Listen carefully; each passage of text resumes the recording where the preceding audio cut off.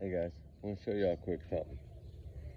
I hope y'all can read this. It was from 8:07 a.m. this morning.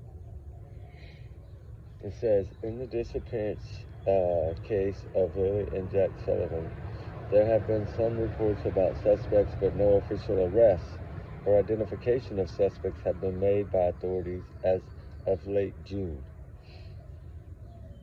Look, for yourself. You know me. I don't do nothing that I don't show y'all. Initial police focus, Jack and Lily's stepfather, Daniel Martell. That's their main focus.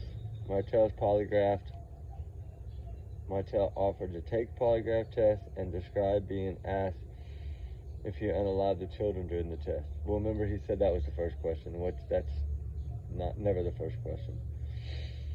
Online speculation, social media posts and articles have mentioned that cops closed in on 3 suspects. These individuals' names were listed in the cited Facebook post. Unnamed insider, the YouTuber suggests that the local insider may have just put this out. They're saying that the list of the 3 suspects, I don't know.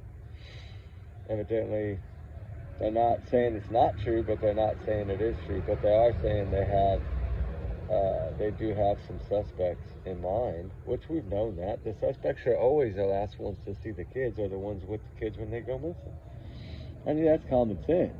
It's about either getting enough information to arrest them or becoming a cold case. That's really the importance of it. Sorry, I hate to be the bearer of the bad news, but look at Sebastian. That's what we're dealing with. But, on the Jack and Lily case, some of the things that really just irked me were not necessarily some of the things that they said, it's what they didn't say. That really bothers me in this case. It's just such it's like it's a never ending. Is this the one I'm talking about?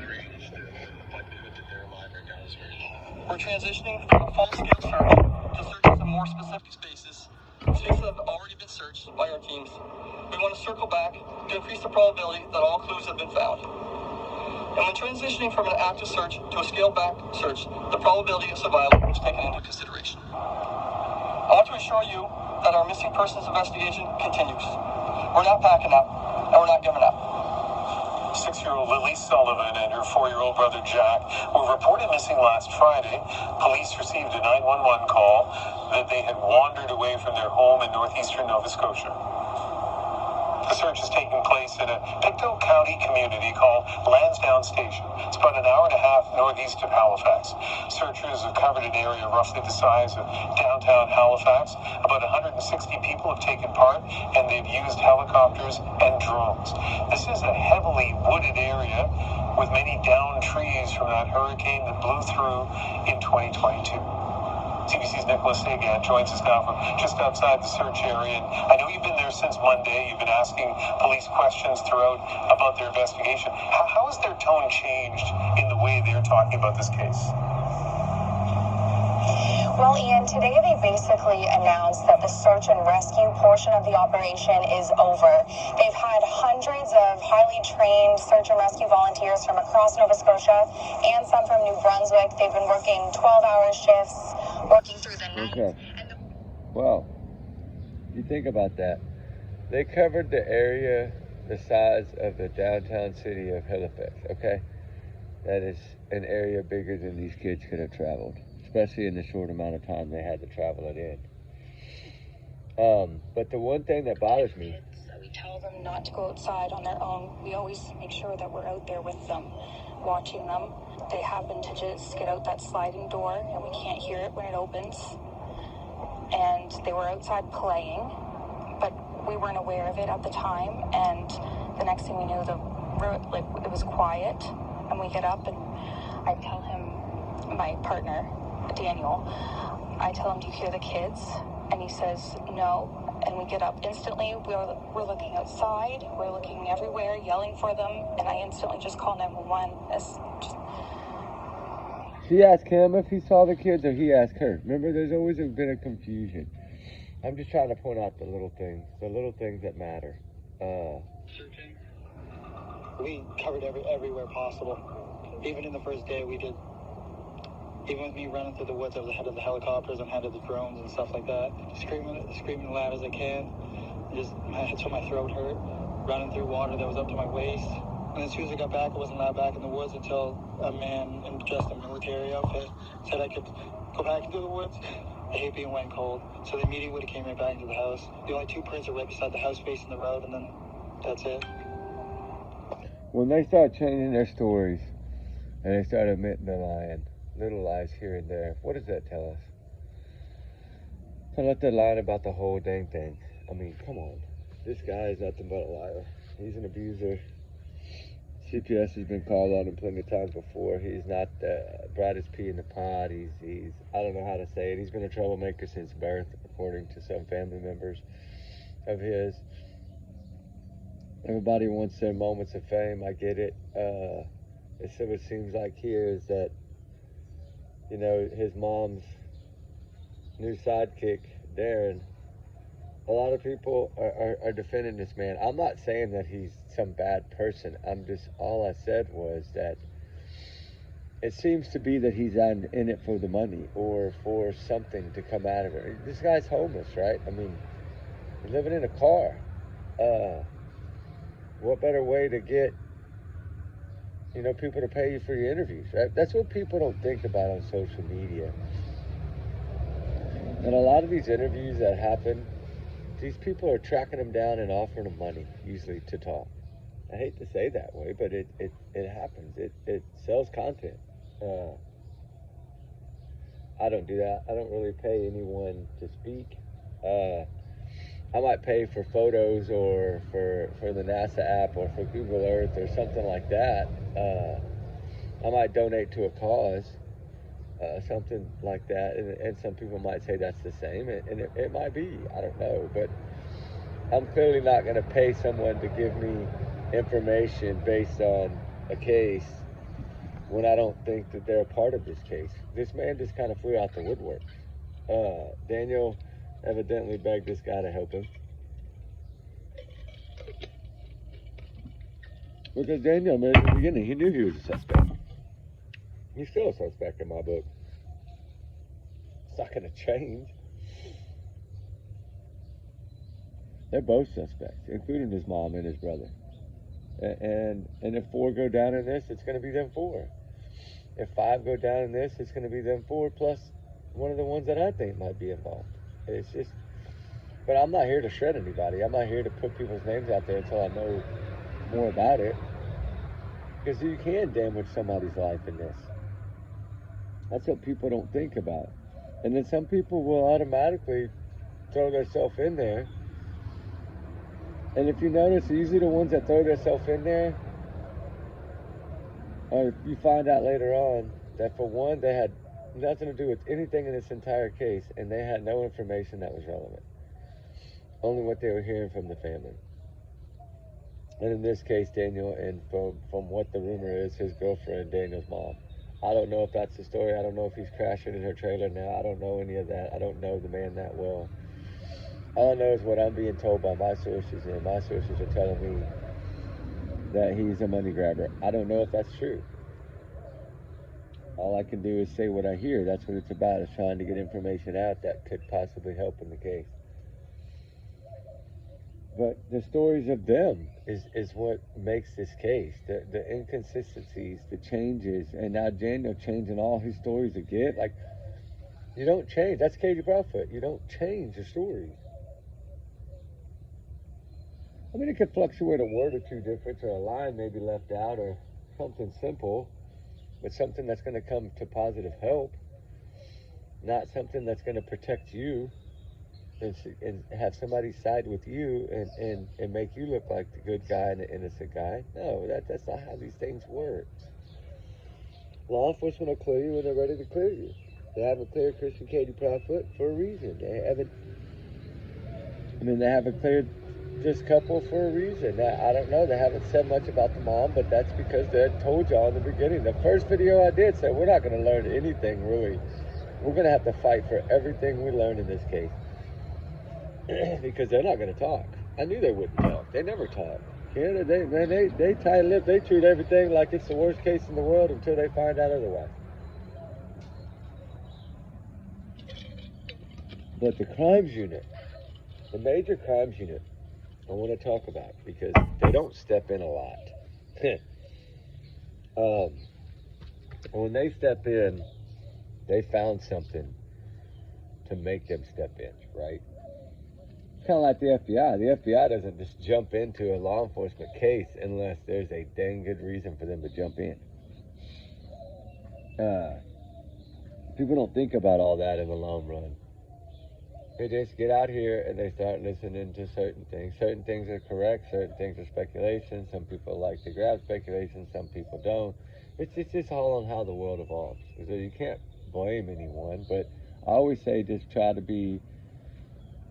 make sure what you put out is legit information, and not saying that nobody doesn't do that, but I'm just saying as far as this is two children's lives. These are two heartbeats. You know, did the mom get these kids away from an abusive man? Was it her plan from the get-go? I don't know that for sure. I know it's what's being tossed around a lot behind the scenes, but why not do it a different way? Why not just call 911 and do it that way? You know, why? Maybe, you know, like I said in one of my first videos, from what I had heard, that she had been trying to get away from this man for a while because he was abusive. Evidently, he had locked her in the home before and taken the car keys and told her she wanted to go somewhere, she had to walk. And evidently, this person has messages to back this up. I'm waiting on those to come in now. And if that's the case, then man, that's going to be pretty scary, right? I got a flyer for y'all ladies. Hold on, I just saw this squash flower. It's just down there. Hold on.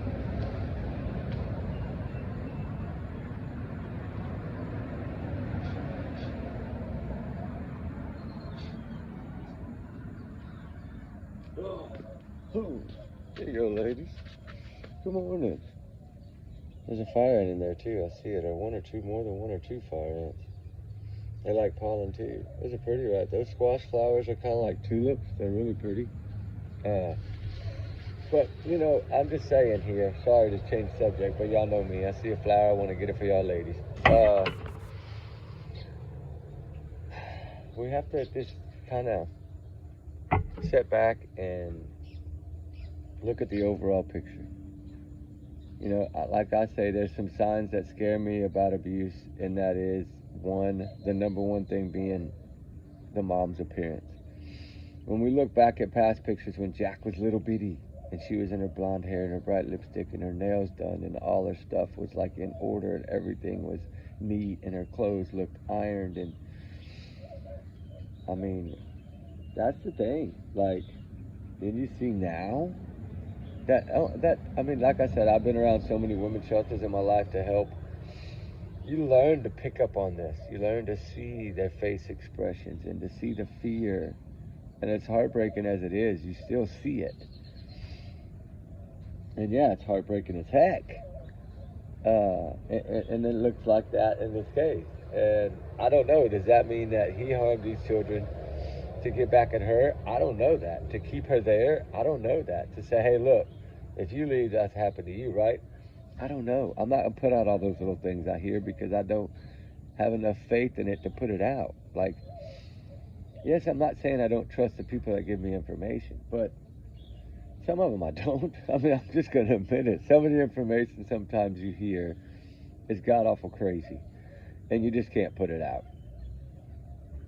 But when somebody jumps on trying to act like they know and they weren't even in the area, it's just, make sure your timelines add up, right? Like, if we know where their phones were at this particular time, and I think that's why law enforcement has never said anything about her being outside that morning at 6 o'clock and a few minutes before 6, and then came back in a little after 6 when Janie or whatever showed up and came home unannounced. She was evidently on the phone with a school at that particular time, and evidently her phone was not outside, according to my sources. So I don't know how that could make sense. unless she left her phone in there on hold with the school and ran outside. I don't know. And I don't even know if 100% that's 100% truth that she called the school at 6. I mean, I've heard it from 4 different sources, so I'm pretty sure it's probably accurate. But we know they didn't go to school. We know they hadn't gone to school that whole week except for like one day. So it looks like she had been calling in a lot. Would I like to know if she called in for 100% at 6 o'clock that morning? I'm pretty confident in what they told me, but because they had things down to the minute, and that only way you're going to know that is from the inside. But the thing is why is this guy defending the opposite side of the family? The kids are on the other side of the family. So let's just put it this way. Okay, what are we going to do when Daniel gets arrested, right? I'm just talking. I'm just saying. I'm not saying it's going to happen. I'm just saying. When Daniel gets arrested, then how are people going to look at this guy, Darren, right? Because he could be, I mean, I'm not saying he's not right. I'm just saying it don't sound right. It sounds fishy. It stinks. That's all I'm saying. I don't believe it. But that's my opinion, right? And I'm entitled to that. And some of y'all might believe this guy. Some of y'all might not believe this guy. I just feel that I know the circumstances don't look right for him, and he doesn't care that. I get that. They're saying he doesn't care how people judge him, and that's great. You shouldn't. You should never care how people judge you. I get it. And honestly, we shouldn't judge anyone without some kind of information that we feel is relevant. All I was told was this guy was not the greatest cookie, not the greatest pea in the pod, not the nicest guy in the world, and did not have the best background. But as we know, Dana's background's not good either. And the bio dad, he's not either. I'm not going to defend that mom. I'm not doing it. I mean, that mom at least is speaking, but her son does have a little bit of a rap sheet. And hey, it is what it is. Moms are gonna protect their kids. I understand that. No matter what the age, they're gonna protect them. But to me, in a case like this, truth matters. It doesn't matter what we think of you. It's about the kids. It shouldn't matter if you cry on national television. Nobody's gonna judge you. Your children are missing. But for Daniel to come out that first day and say he searched everywhere they could be, I don't believe that. Because evidently you didn't, they weren't found. So make that make sense. How did you search every area they could have been and not find not even a clue? You know, the boot print that was planted on the pipeline trail, right? I have a picture of that pipeline trail. I have some drone footage of that pipeline trail, and I went over and over and over it. Like, one random print is not going to get like that, and especially if you look at the other, even the animal tracks around the area. Okay, deer we know way more than Jack and Lily. The problem is with the boot print is what I was told was the boot print was an only boot print. It looked like it had been put there because it was pressed too far in the ground for the weight of the children. Right? Like, so they didn't weigh enough to leave this deep of a print. And a lot of times criminals don't think about things like that, or people that want to plant something don't think about, okay, the weight, this, that, and the other, I got to take into consideration. Because when they pulled that blueprint, when they molded it and they pulled it and they know how deep it is, they can kind of tell what the weight is, as soft as the ground is, and how if you weigh 50 pounds, it's going to be this deep. If you weigh 100 pounds, it's going to be this deep, right? You know what I'm saying? Your print's going to be bolder the more you weigh because it's going to leave a darker, deeper impression in print if you weigh more. Remember, these little ones were light as can be.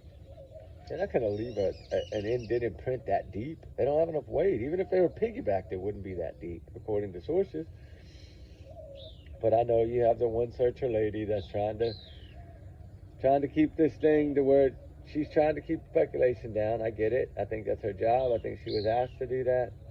I think they're trying to confuse us in a way. I don't really feel like that searching lady. If you gather what she said in some of the other clips and some of the other talking, she didn't act like those kids are in the woods. But then the last time she did say she felt that they were in the woods. But I think that's more or less to try to help law enforcement out. like, hey, you say this and maybe it'll take a little heat, right? And it's possible. But we still have to get to the truth. And the truth is, where are these children?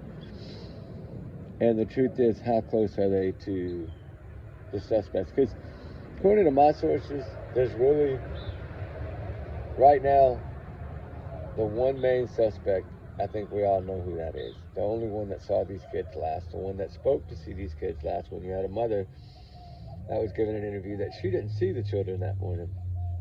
And he said Lily stuck her head in the door twice. Well, why didn't the mom see it? Right? That kind of confused me. Like, the majority of the time we listen to the mother's statement over the male's. I don't know why that happens. I don't know if that's just part of, knowing a mother's instincts for her kids is usually going to be find my babies and bring them home, right? Like, if they are innocent. We didn't see that in any of these two. So that's why a big part of me feels that they both know the truth. That doesn't mean they're both guilty of it. It just means they both know the truth. But what this mother has told law enforcement to do what they've done, that's what I'm getting at. Because she wasn't scheduled visitation to Meta. She left with Meta. But he didn't have that option to see Meta. So, I did that video the other day, about 5 days ago. I just dropped it this morning. Because the Koberger one I did 2 days ago, it just finally loaded this morning. Finally finished after like 6 o'clock this morning. And it's still early. You can hear the birds. It's like 7 right now. I'm so confused in this because they don't tell us that much. But I try to listen, and that's why I went to the RCMP to look up if they had suspects, and if they did, who their suspects were, to see if I could get any information. And that's where I found that message yesterday morning at like 8:07. It says in the disappearance case, I'll read it again if Jack Lowe says it. There have been some reports about suspects, but no official arrests or identification of suspects have been made by authorities as of late June. However, the information circulating on social media follows, but they seem to talk about Martell, polygraph, speculation, focus, and they're telling us they have some suspects. They're just not. This is just like the Nikki McCann case. They're listing the suspects. In their mind, they know who they are, but in our mind, we don't know. But I think common sense can tell us, right, whose stories don't add up. And I think we clearly see whose stories don't add up. The mom hasn't spoken enough for her stories to really give us a solid thing on her. But the stepdad has talked way too much, and I think that's helped us in the long run because it's given us a lot of information. The grandma, she said she feels like somebody harmed these kids, right?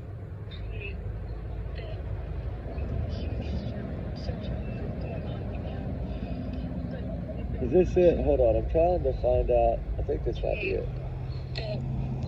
Huge search effort going on right now, but we've been pushing for an Amber Alert, which hasn't been issued. Not just that they could possibly be abducted, which it is a possibility that they could have been, but just an alert to let everyone know that they are missing. We had people text me saying that they weren't aware, someone else let them know that they were missing, and it would just be nice if everyone could be alerted. You know what I'm saying? That could go two ways to me. She's trying to get the word out. She's saying that it's a possibility that they were abducted. She wasn't saying that she wanted an Amber Alert because they were abducted. She's saying it's always a possibility. She was trying to broaden the reach in the search efforts, I think, for the children. And why? Did she feel that Daniel could have taken them out of that area, or Did she know that he took them out of the area, or did they both take them out of the area? Did they both not make it home that afternoon, right? I've always had that thought in my head that maybe they didn't make it home that afternoon of May 1st. Maybe they were never in that house. Maybe whatever happened then, and then it gave them that much time to figure it out. But I don't know. It's just, this case is confusing. It's one of these that we could sit here and guess and speculate all day. The facts are just not out there. Little bitty facts. We have to look at their language. And right now, if you have language experts, when you look at language experts that break them down, they clearly point to the stepdad, number one, the mom being the second choice. That's something, either she could have hid these children, got these kids out of that home somehow to protect the kids from this man that evidently she's calling a monster. It says he has been. Evidently there's a lot of pleas for help in her messages, and I think law enforcement has seen those, and I think that painted a picture for them, and that's why CPS stepped in and didn't let Daniel take Meadow, for fear that he would harm Meadow to get back at Malaya, right? And I don't know how they thought, but I know that evidently she had saved some messages that were showing her trying to get away. Now, I don't know. Evidently there's a photo of her with 2 black eyes and a bloody lip. I don't know if that's true. From like 5 months ago. And evidently his mom never says anything about it, according to this source. Like, the problem is with AI nowadays is you can't trust anything anymore. That's the sad thing, is you don't know if it's AI or not AI. And that makes it hard, because AI now, you can pretty much, you see the thumbnails going crazy, making criminals smile and all that. I'm not doing that. I'm not changing their face. I want people to see how their face looked in that photo. I'm not here to change it. I might add a pair of sunglasses or a ball cap like I used to. I don't really do that anymore. I try to, my thumbnails are weird because I use pictures that I take, like pictures that might be of the clouds, pictures that might be of the sky, pictures of my life experiences. And I utilize a lot of those photos and crop them down and make them into my thumbnails. So I put my thumbnails on photos that either I've taken, my kids have taken, depending on what the meaning is to me. And a lot of like the videos, like Sebastian, like y'all can tell when we're searching, because it's usually river, or the thumbnails are usually river, water photos, or land, or brush, or something of that nature. So I try to keep, like, if I'm going to do a video, I try to use a picture that I feel best fits the what we're talking about, right? And then I build my thumbnail on top of that photo. I do mine different. Maybe that's why it takes me so long. I don't know. I don't just have a bunch of thumbnail stuff ready and I just have to. No, I create every one of my thumbnails from scratch. I know all of them aren't the best. Some of them, I'm still learning how to adjust colors and things like that, and I'll figure it out eventually. But it's more about getting the word out than it is. But I know the thumbnail does make a difference to some. They like looking at cool thumbnails and stuff. And I'm working. I'm old school. I'm working. I'm trying. So if any of y'all ever have like a picture that you've taken from somewhere, either out in the wilderness or of the clouds, or something that's not family members or people, like if y'all ever want me to, utilize one of y'all's photos on a thumbnail, email it to me. And like, I like to see people try to take cool photos of like clouds or sunsets or trees or birds, or I may be funny, but I'm just saying, like, sometimes pictures like that make the best thumbnails. That's how I see it. Like, I'll take pictures from my searches or drone footage and make thumbnails out of it a lot of times. And that's kind of what's cool about it, is you can take any photo and make a thumbnail, like any kind, right? Like, like this area there, like this is that stuff that I pulled up. That's the trailer from like 4 years ago. And the crazy thing is nobody was living there. Nobody. So that's kind of weird, because I thought this family had grown up there forever. And to see it now, man, there's a big difference, ain't it, compared to what it was before that. Like, before, there was no fences, there was no, like, none of that stuff. No driveway, really. No junk. No debris. You just put in the dates you want and pull it up on satellite, and it'll give you an idea. That's the thing. We just don't know because now it's totally different. But also, Jack and Lily have been there for like 2 years. So you had the kids that have kind of been there. You know, another one we forget about that I thought about yesterday because I got an email that I need to do a video on tonight. Holly Morris. We still need to find him. As well as, y'all know, gosh, Roger. But Jack and Lily clearly is trying to figure out where these kids can be. Like, where are they going to be? Like, where did they, see the difference? Like, you see what I'm trying to say? Like, when they first met, it was way different. Now she looks like a total different person in that Hello Kitty shirt, right? I mean, that's a total different picture. She doesn't look nowhere near the same, right? Y'all agree, or am I wrong? I mean, I could be wrong, but I just feel like she looked totally different. Totally different than this. I mean, that's a way different picture of her. That looks like she's been through heck for a year and a half, right? That face, you can just tell, right? Like, she's scared, right? You see the fear?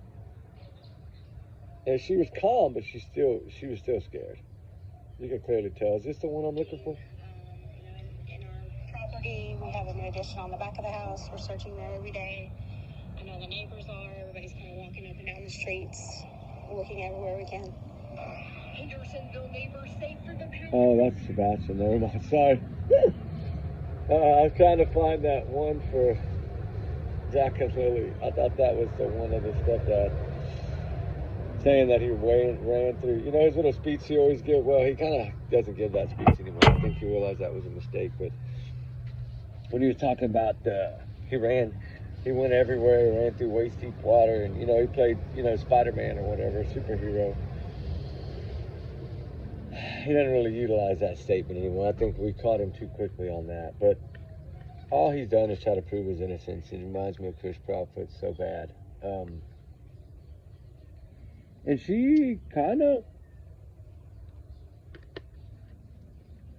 has been like Katie, but she said she wanted him home so she could hug him and hold him. And it's just, none of it just sounded right. I don't know what the truth is here. This could be something totally different than all of us are thinking, but then I have to look at what I'm gathering, the information I'm gathering. It can't all be wrong.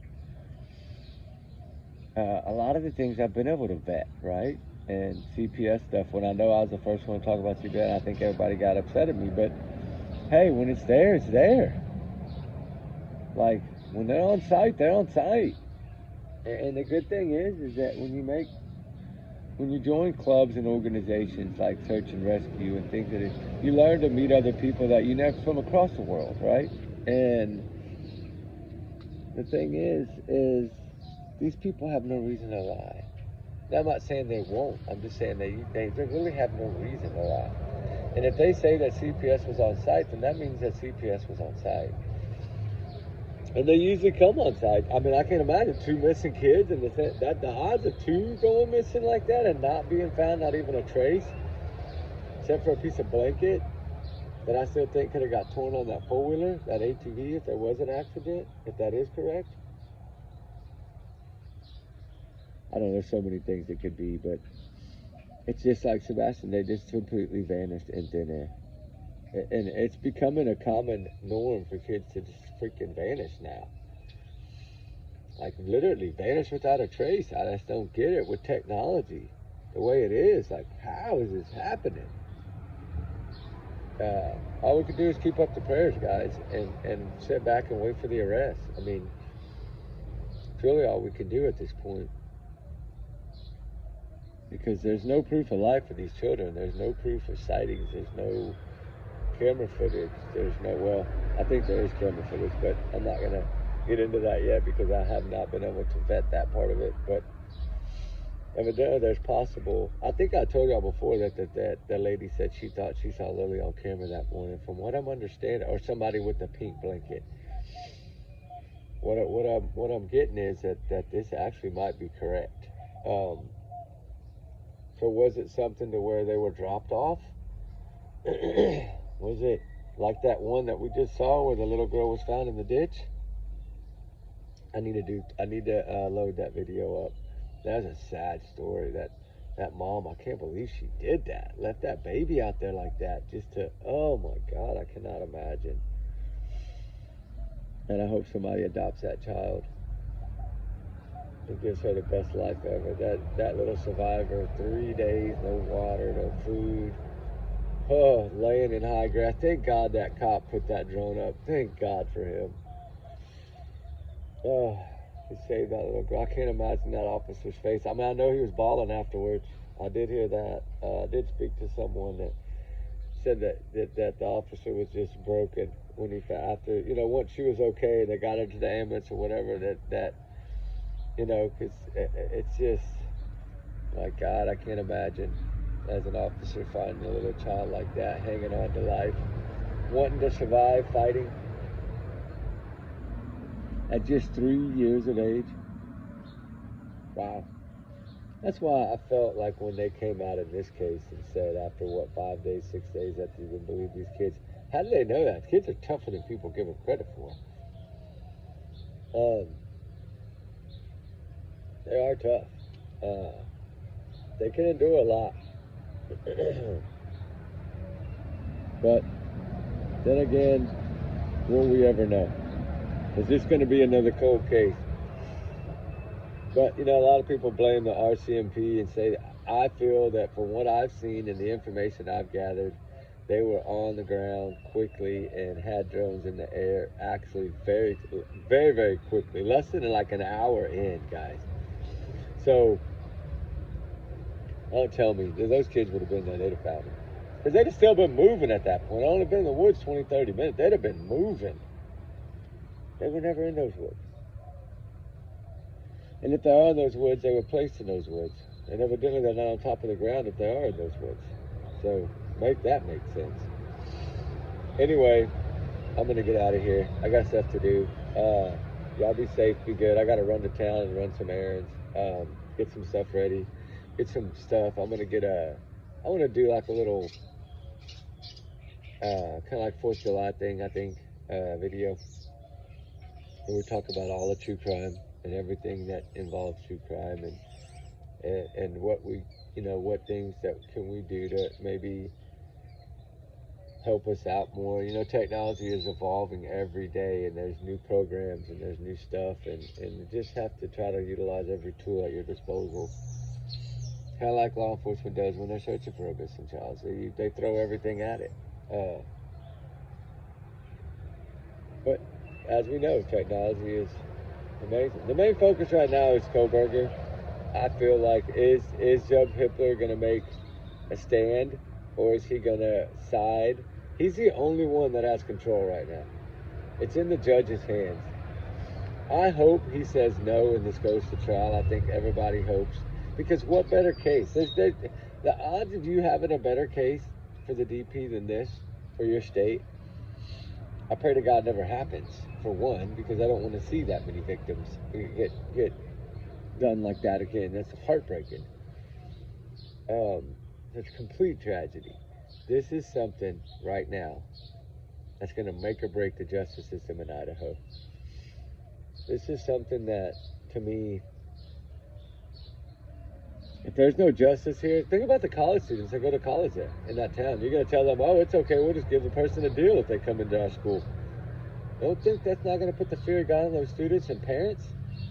Are they looking at the overall picture here? I'm telling you, if Judge Hipper doesn't man up, something's going to be bad. I think he might. I think he might shock the world. I really do. I hope he does. I pray he does.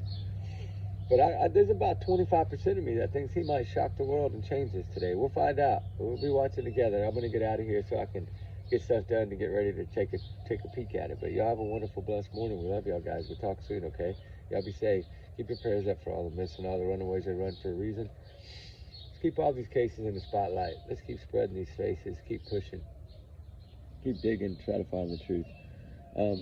With that said, trigger warnings always times 100 million. Y'all's comments, of course, are y'all's and y'all's alone, not to reflect the channel. But we do our research together because we are a big-hearted little family. I hope all y'all have a blessed day. We love y'all, guys. And remember, everyone's innocent until proven guilty. And allegedly. These are my thoughts, my opinions, my free speech. I'm entitled to it. My big alleged bubble here. Y'all have a good one. We out. We love y'all, guys. We'll talk soon, okay, guys? All right, bye.